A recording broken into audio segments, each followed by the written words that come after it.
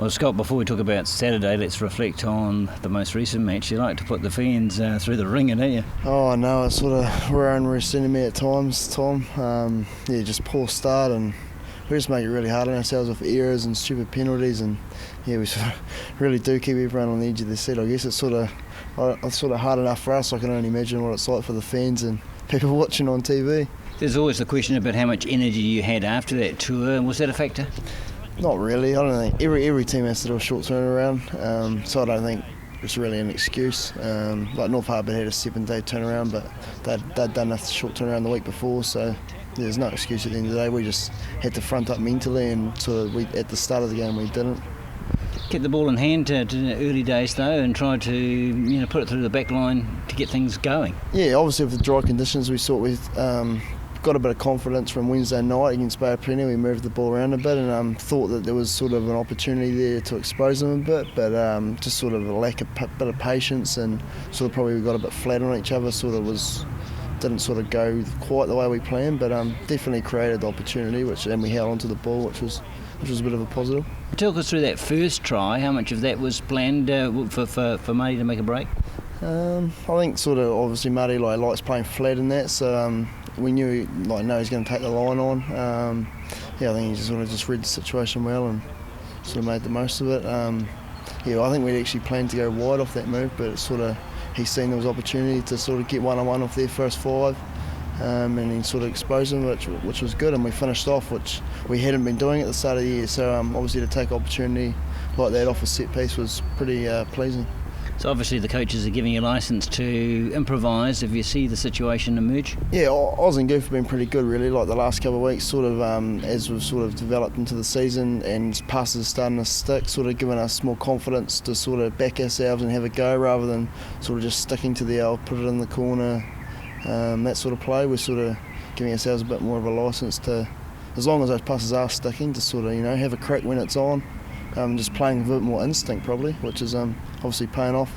And a couple of big ball carriers in midfield now, which we haven't had in the past. The way that Willis has come on, and of course complements Cardiff nicely. Yeah, obviously Willis obviously makes Cardiff's sort of job a lot easier. We've got two guys in Carey; they can swap over at different times.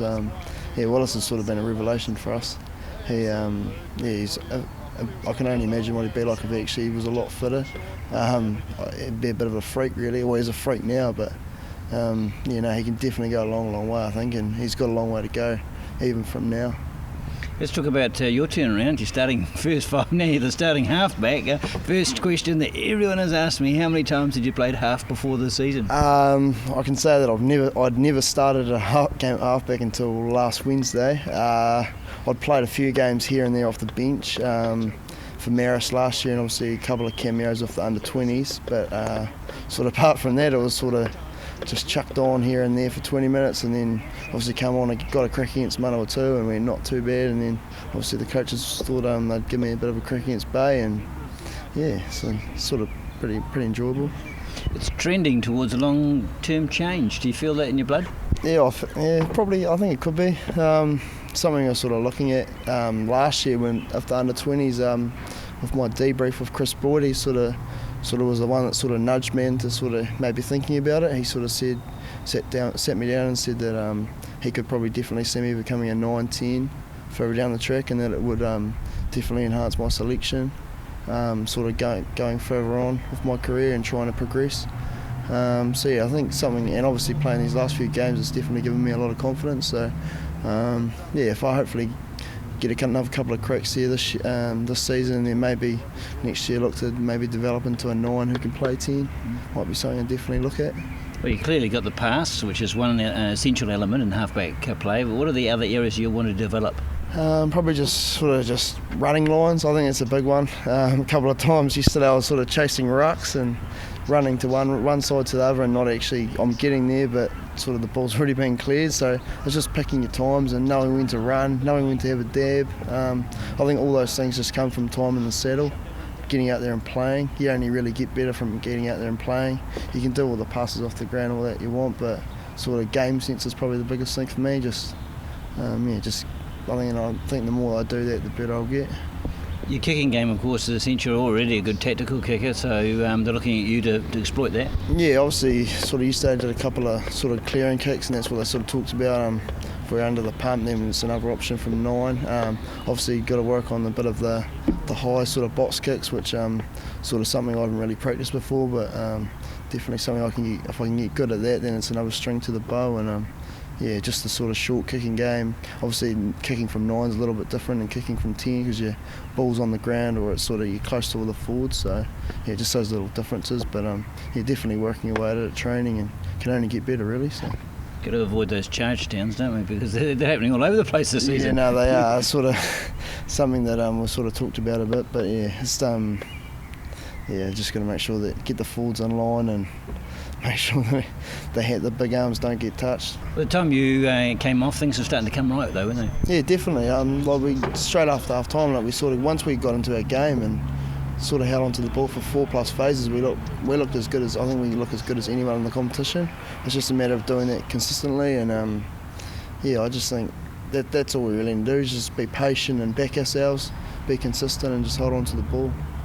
What was the talk on the bench in the last 60, 90 seconds? What was the speculation? It was actually quite funny because when just about a minute before Willis scored, I was sitting beside Davey Hall on the bench, and he said to me, yeah, I think we're going to score a try and get a drop goal. And I sort of just laughed, hopefully. And then Willis scored and Marty got the kick, and he said, I told you, here we go, drop goal. And then, what do you know, a minute later, Marty's kicked the drop goal. So he was obviously spot on, old crazy. I think Tim might have actually finished the drive, but Willis did all the work, didn't he? Oh yeah, no, definitely. Great support lines from Boise. That's sort of one of his great strengths to his game. He's always on your shoulder when someone makes a break, so he can always rely on him. And great relief when the drop kick went over, because somehow a draw, not very satisfying. Yeah, I was saying that to a couple of guys on the bench as well. Like, even if sort of we scored that try and it turned out to be a draw, it sort of still would have been quite a disappointment, I think. Obviously, we targeted this game and we want to sort of get a roll on, and to get a draw sort of would have been a bit of a step back. And yeah, we're pretty fortunate to get the win, really. So pretty happy. Now we just got to make sure we keep that ball rolling. Next week's a good time to start with that, because not only is this a great tradition, this Otago game coming up, but also you're both critically placed on the table. Yeah, it's that tight. Like if we lose on Saturday, then we might slip back down to 5th or 6th. At the moment, I think we're 2nd, so the competition's that close that really you can't afford to slip up at this key stage. Obviously, we've got 3 games left, so we really need to win at least 2 of those minimum, and then obviously got the Shield game in the last round. So if we can get sort of a good win on the board against Otago, come home and beat Hawke's Bay, and then sort of takes the pressure off us going up to counties. Now, we know from experiencing those games inside the stadium, free-flowing, they're faster. Is there a different game plan, knowing that the elements have no factor? I think maybe it's a bit more ball in hand. Obviously, we still want to play territory and play at the right end of the field, but I think it sort of gives everyone a bit of a licence. And I know from the games I've sort of played there this year, obviously a couple of fringe teams like that Spartans game and that, it sort of does give everyone a bit more confidence because the ball's dry, there's no wind, no conditions. So I think everyone's confidence to play with the ball a bit more sort of goes up. And obviously when the opposition's playing like they are, obviously Otago, they play a high sort of tempo running game, gives us a bit of confidence to do that as well. So yeah, quite looking forward to it. And we'll be talking to Jamie at length on the day, of course. It's his big day, the 100th.